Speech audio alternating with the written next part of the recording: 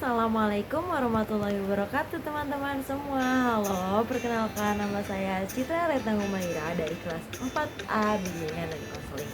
Oke teman-teman semua, pada kesempatan kali ini saya akan membahas tentang apa sih itu bimbingan kelompok. Jadi, bimbingan kelompok adalah salah satu layanan yang ada dalam bimbingan dan konseling yang dimana melibatkan sejumlah orang atau sebagian orang dengan memanfaatkan dinamika kelompok untuk memperoleh pemahaman baru dan informasi baru dari topik yang akan dibahas nantinya. Nah, dalam bimbingan kelompok itu sendiri juga untuk topiknya ada 2 topik nih teman-teman. Yang pertama itu ada topik tugas yang dimana topik tersebut sudah ditentukan oleh pemimpin kelompoknya sendiri. Nah, yang kedua itu ada topik bebas yang dimana topik tersebut adalah hasil diskusi dari setiap kelompok tersebut. Nah, cara pelaksanaannya itu seperti apa sih teman-teman? Untuk pelaksanaan bimbingan kelompok itu yaitu dengan duduk melingkar atau setengah lingkaran yang dimana terdiri atas 8-12 orang yang terdiri dari pemimpin kelompok dan juga anggota kelompoknya tersebut. Lalu tujuan bimbingan kelompok itu untuk apa sih teman-teman? Untuk tujuan bimbingan kelompok itu yaitu untuk memberikan pemahaman baru, informasi baru, lalu untuk menjadikan wadah agar teman-teman semua dapat mengupgrade diri, memberanikan diri berbicara di depan umum, dan juga tidak sungkan akan pemberian pendapat-pendapat teman-teman semua. Oke, untuk lebih lanjutnya, mari kita simak ya contoh salah satu bimbingan kelompok yang dilakukan di sekolah SMAN 1 Babakan Madang. Selamat menyaksikan teman-teman. Bismillahirrahmanirrahim. Assalamualaikum warahmatullahi wabarakatuh. Waalaikumsalam warahmatullahi wabarakatuh. Oke teman-teman semua, hari ini bagaimana nih kabarnya teman-teman semuanya? Alhamdulillah luar biasa. Allahu Akbar. Yes. Wah, sepertinya kalian semangat semuanya hari ini gitu. Syukurlah kalian dalam keadaan baik-baik saja hari ini. Oke, sebelumnya terima kasih banyak kepada teman-teman semua karena sudah mau meluangkan waktunya, mau ikut berpartisipasi pada kegiatan bimbingan kelompok pada hari ini. Lalu alangkah lebih baiknya sebelum melakukan kegiatan bimbingan kelompok hari ini, kita berdoa terlebih dahulu ya teman-teman, agar dalam pelaksanaannya itu diberi kemudahan dan diberi kelancaran serta mendapatkan pemahaman yang lebih. Berdoa menurut kepercayaan agama masing-masing dimulai.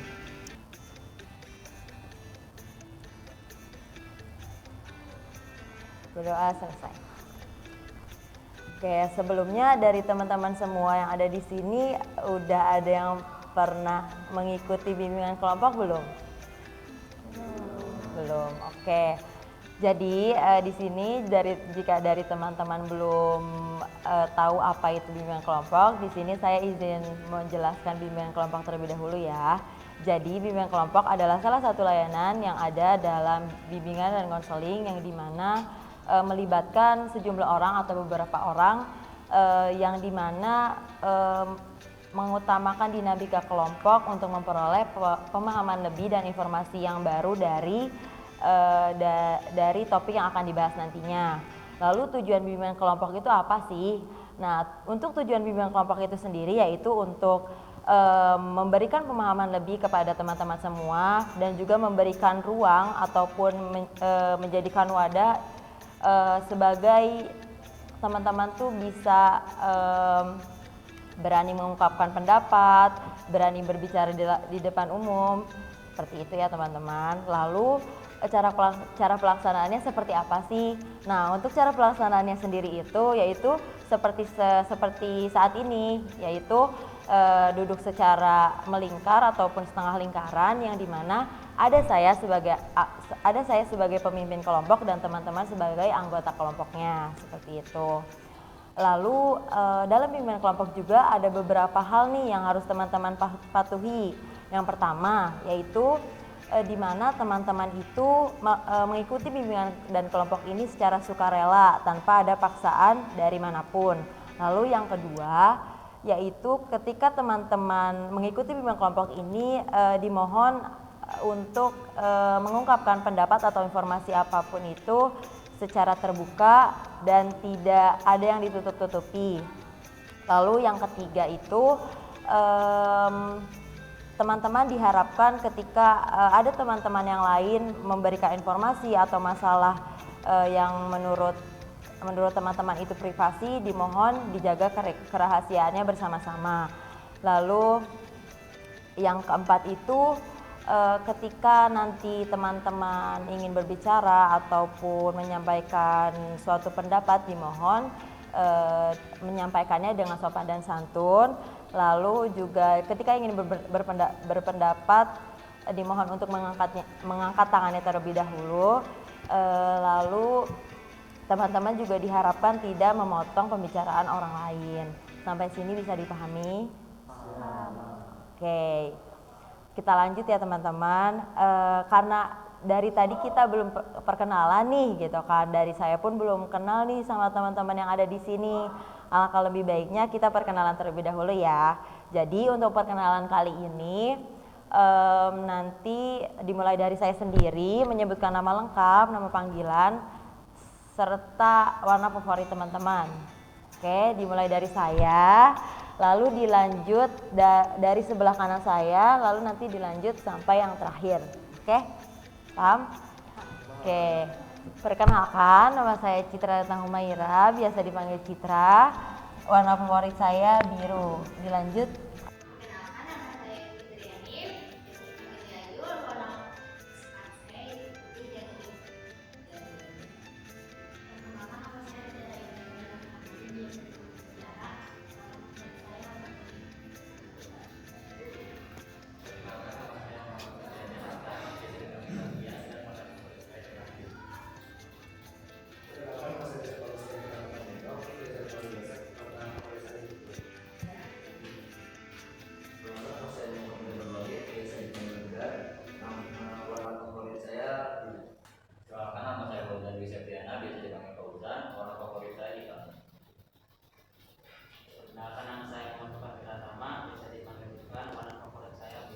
Perkenalkan, saya Kadir Aditya Putra, nama panggilan saya Kadek, warna favorit saya biru. Perkenalkan, nama saya Sesi Ratu, biasa dipanggil Sesi, warna favorit saya putih.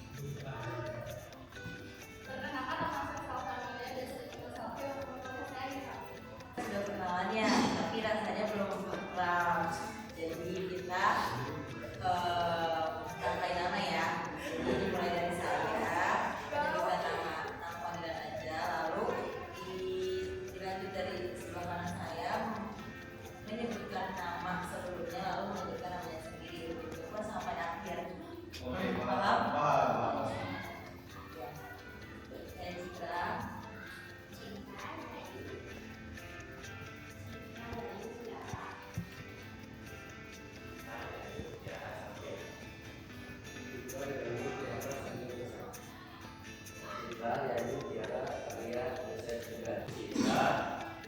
Yayu Tiara Satria Joseph Tegar Fauzan.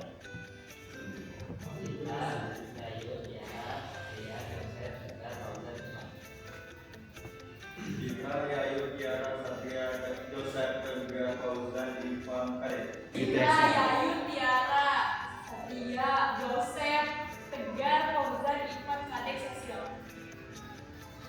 Citra, Yayu, Tiara, Satria, Joseph, Tegar, Fauzan, Ivan, Kadek, Cecil, Fauzan. Oke, karena tadi biasa udah perkenalan ya, udah lebih akrab gitu. Bisa kita lanjut ya.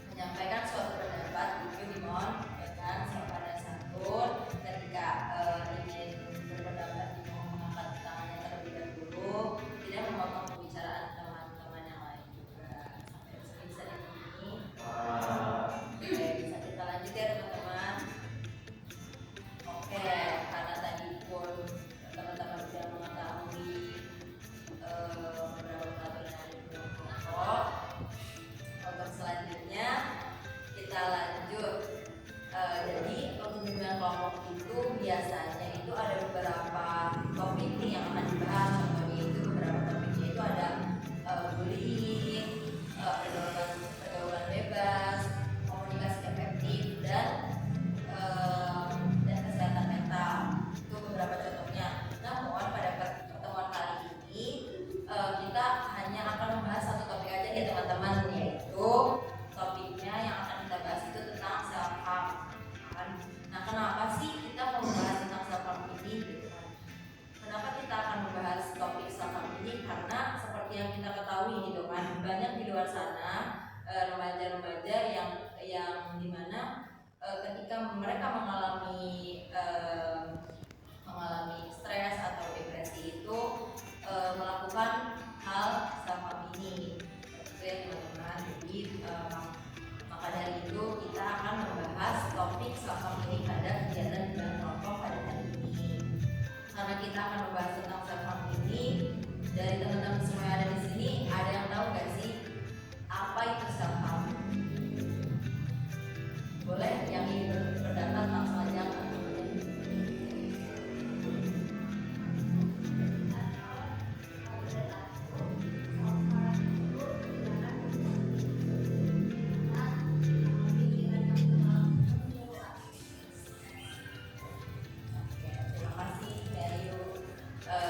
Jadi menurut Yayu itu self harm itu adalah tindakan yang menyakiti diri sendiri yang diakibatkan atas ketidakstabilan emosi seseorang.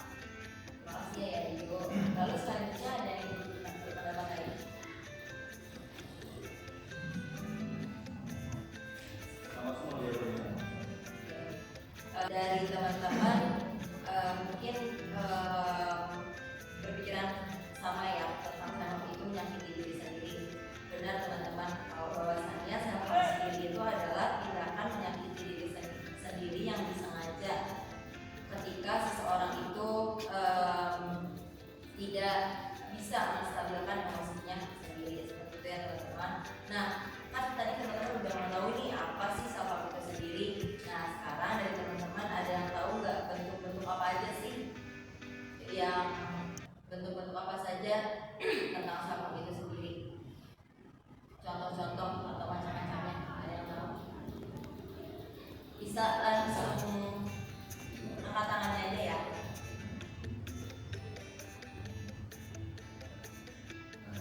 Ya. itu seperti kegiatan atau pemeriksaan. Terima kasih Tegar. Jadi benar sekali nih apa kata Tegar. Jadi salah satu bentuk self harm itu sendiri itu yaitu gimana seseorang itu membarcode ya. Ada lagi yang lain? Ya, silakan. Mungkin saya membentuk diri sendiri mana bagian kepala atau mana tembok, lantai dan lain-lain. Jadi ya. Jadi itu salah satunya yang membarcode. Lalu yang disampaikan tadi juga itu membentukkan dirinya sendiri. Nah, dari saya ingin menambahkan ya. Jadi ada beberapa bentuk-bentuk self harm itu juga gitu. Tadi juga ada barcode, terus juga membentukkan diri sendiri, mencubit diri sendiri sampai berdarah, mengopek bibir sampai berdarah, menjambak rambutnya secara berlebihan, lalu menusuk-nusuk tangannya menggunakan benda tajam. Itu pun masih termasuk bentuk-bentuk dari self harm sendiri. Karena kan balik lagi ya, tadi kan pengertian self harm itu menyakiti diri sendiri. Jadi bentuk apapun itu yang dirasa itu adalah tindakan yang menyakiti diri sendiri, itu termasuk bentuk-bentuk dari self harm itu sendiri. Ya teman-teman. Oke, tadi kan kalian udah tahu nih pengertian ya bentuk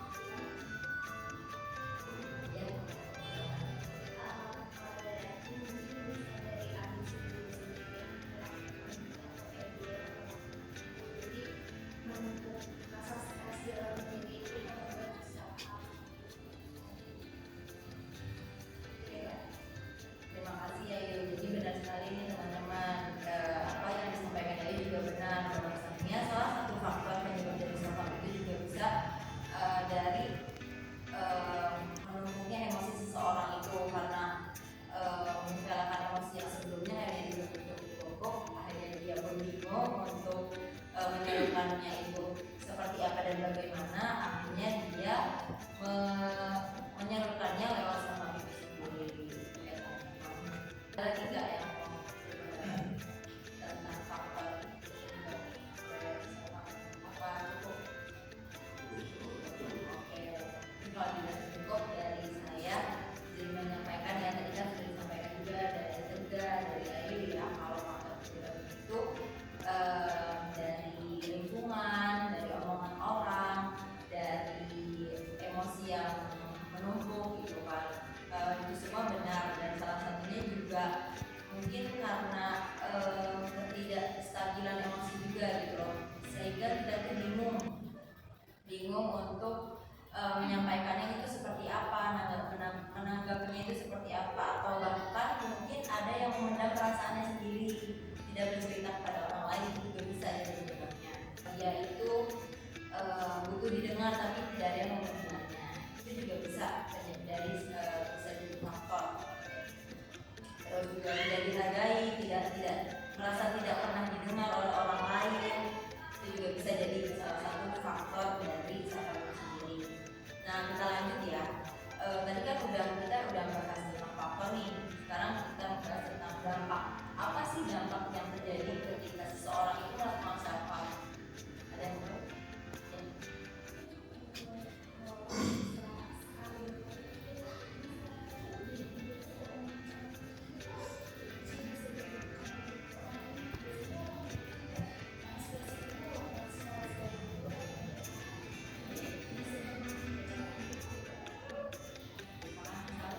Oke, tadi Satu sudah berpendapat ya kalau dampaknya itu mungkin dampak negatifnya menurut Selfie itu jadi contoh tidak baik buat yang lain, karena beberapa dari remaja sekarang itu malah percaya diri gitu, malah bahkan mereka upload di sosial media gitu dengan bangganya itu ya, jadi sebuah hal yang tidak baik, tapi itu mereka merasa bangga gitu.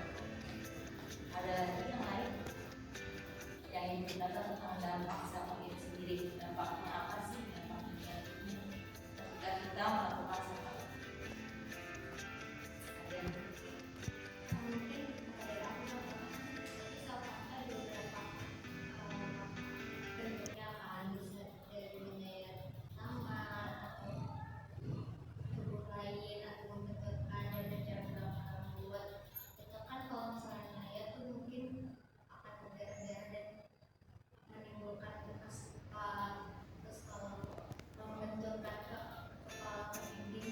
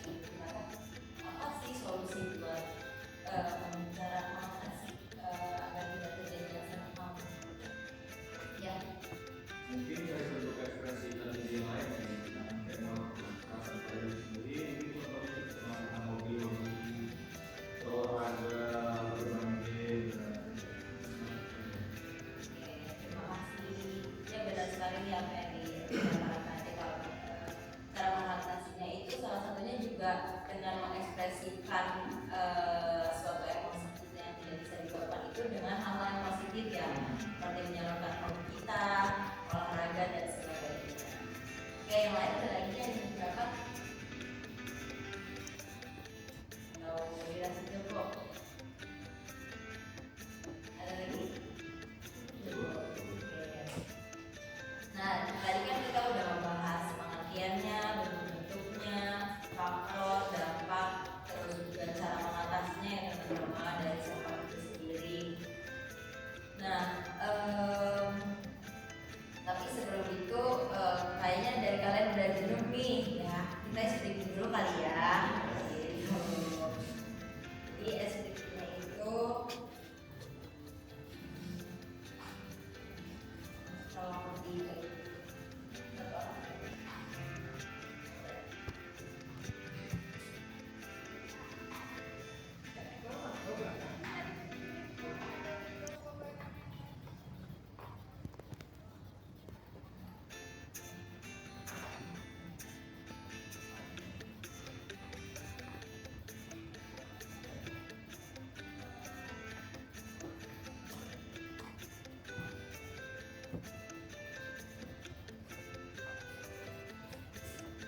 Oke, di sini untuk SPP-nya itu tadi kan teman-teman sudah dapat kertas masing-masing ya.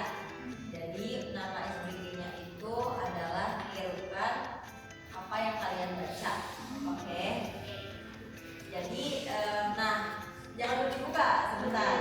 Jadi nanti dari teman-teman semua menirukan apa yang ada di kertas itu ya. Ini mau berurutan atau saya tunjuk? Tunjuk. Oke. Saya tunjuk ya. Mungkin dari Satria. Satria ya? Apa bisa disebutin dulu? Oh.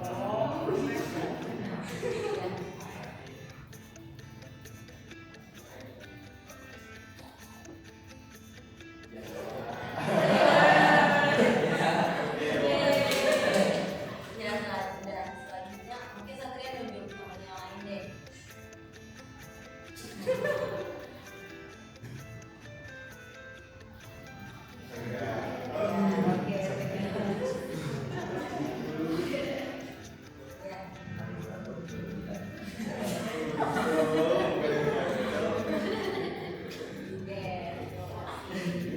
Dari Tegar boleh langsung temannya.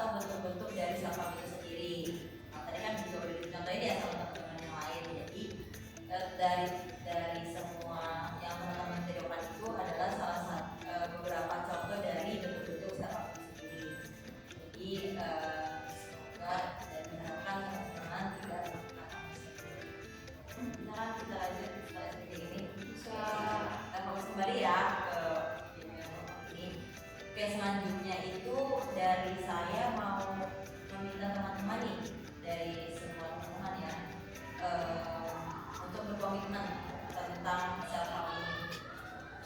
Paham kan? Komitmen dimulai dari sebelah kiri saya. Lanjut.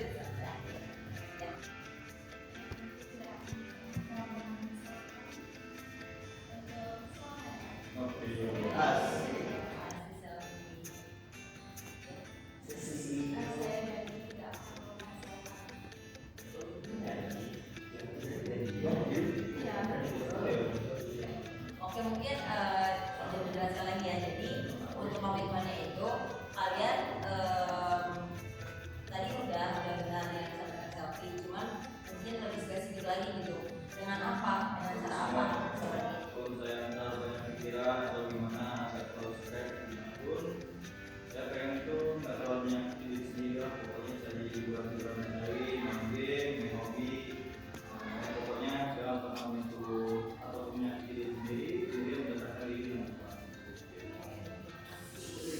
tadi lanjut.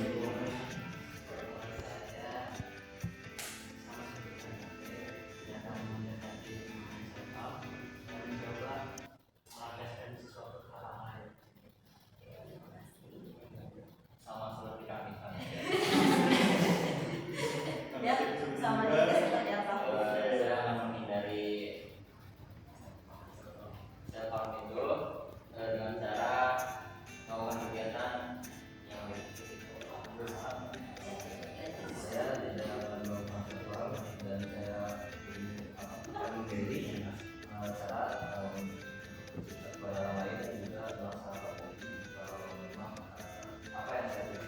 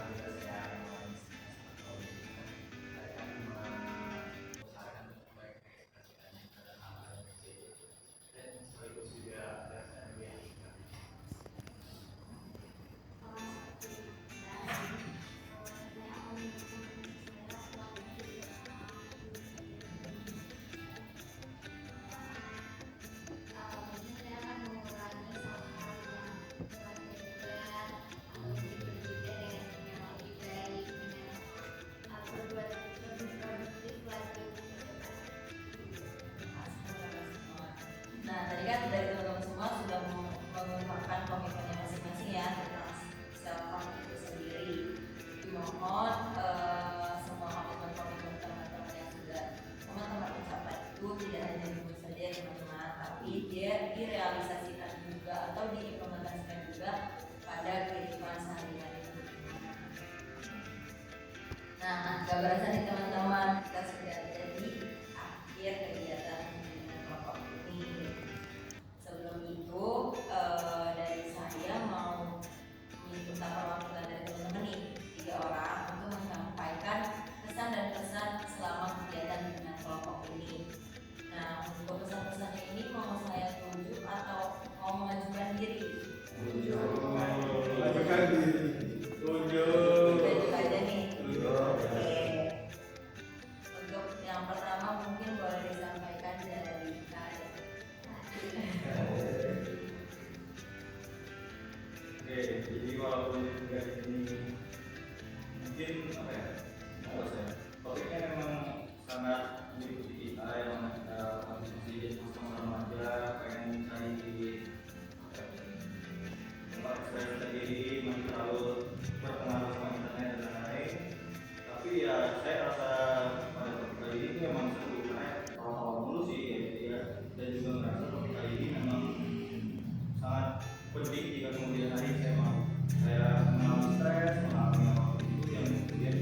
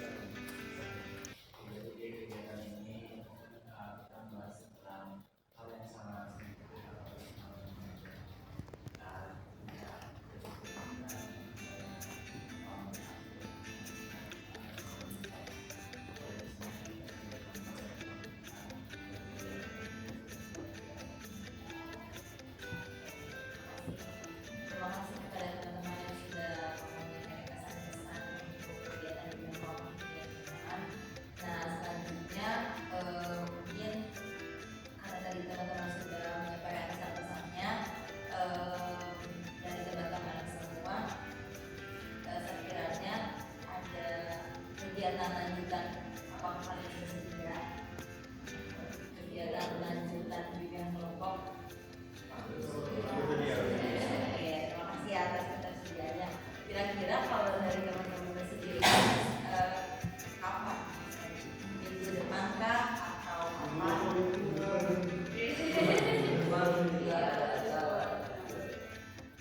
Kalau teman-teman bersedia mungkin untuk waktunya bisa kita diskusikan kembali ya. Terima kasih atas ketersediaannya. Nah, selanjutnya kita di awal itu membukanya dengan berdoa, yang kita juga diakhiri dengan doa kembali agar apa yang telah kita diskusikan bersama itu menjadi suatu yang bermanfaat. Berdoa menurut kepercayaan dan masing-masing.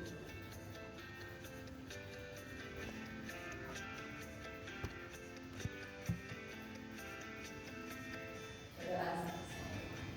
Sebelumnya terima kasih banyak buat teman-teman semua atas ketersediaan waktunya, atas partisipasinya, atas antusiasnya mengikuti bimbingan kelompok ini, dan juga sudah mau nih, sudah sukarela untuk mengikuti bimbingan kelompok ini dari awal sampai akhir.